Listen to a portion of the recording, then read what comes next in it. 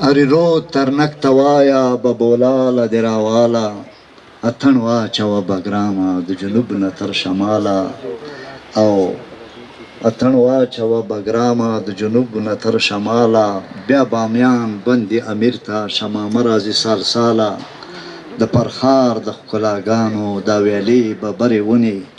امو سیند ته غاړې وځي د بابا د غرو لمنې بیا د لال او سر جنګل نه تا ترې د الوتنې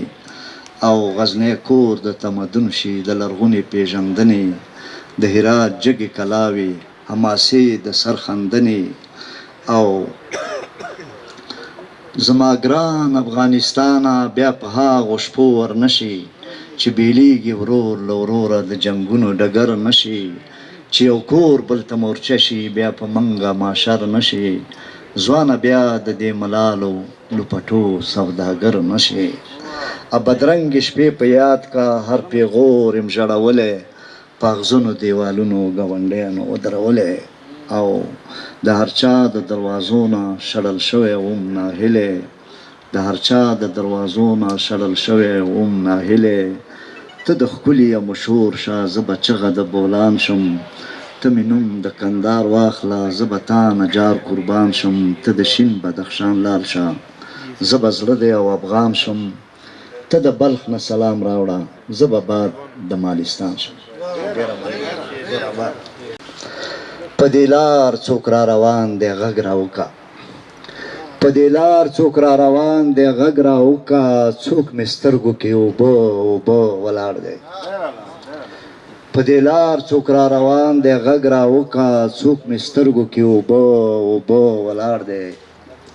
او ما ته هم د جمعې شپه ده څوک یادېږي ما ته هم د جمعې شپه ده څوک یادېږي ما ته هم یو مسافر په وره ولاړ دی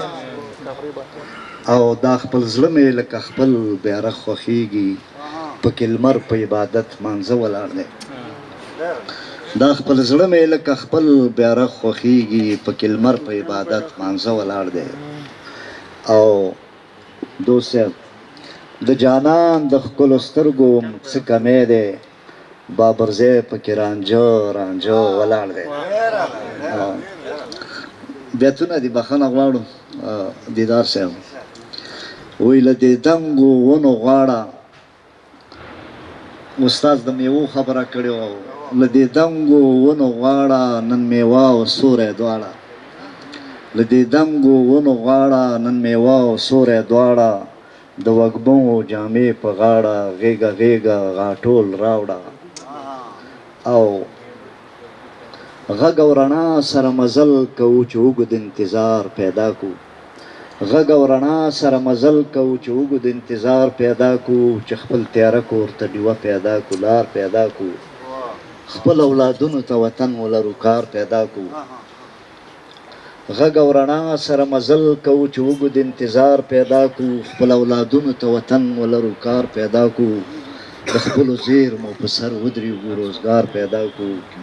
د خپل کونړو براخپلي کو اختیار پیدا کو او د خپل کونړو براخپلي کو اختیار پیدا کو او موږ نه دا ځوان نسل پښتنه کوي موږ نه دا ځوان نسل پښتنه کوي زموږ تاریخ کې اتلان شته دی او توري شته دی موږ نه دا ځوان نسل پښتنه کوي زموږ تاریخ کې اتلان شته دی او توري شته دی خو د ډوډۍ یوه خبره پکې یاره نه وي او زموږ د کار لاسونه وکرئ په کار به راشي زموږ د کار لاسونه وکرئ په کار به راشي چې بیا پیغور د وزګارتیا د چا دپاره نه وي او د پسرلي د پیرزوینې لاس به دومره تش وي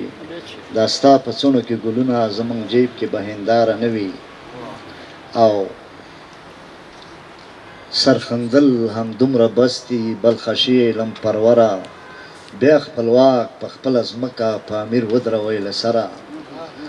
سرخندل هم دومره بس دي بلخشي علم پروره بیا په امیر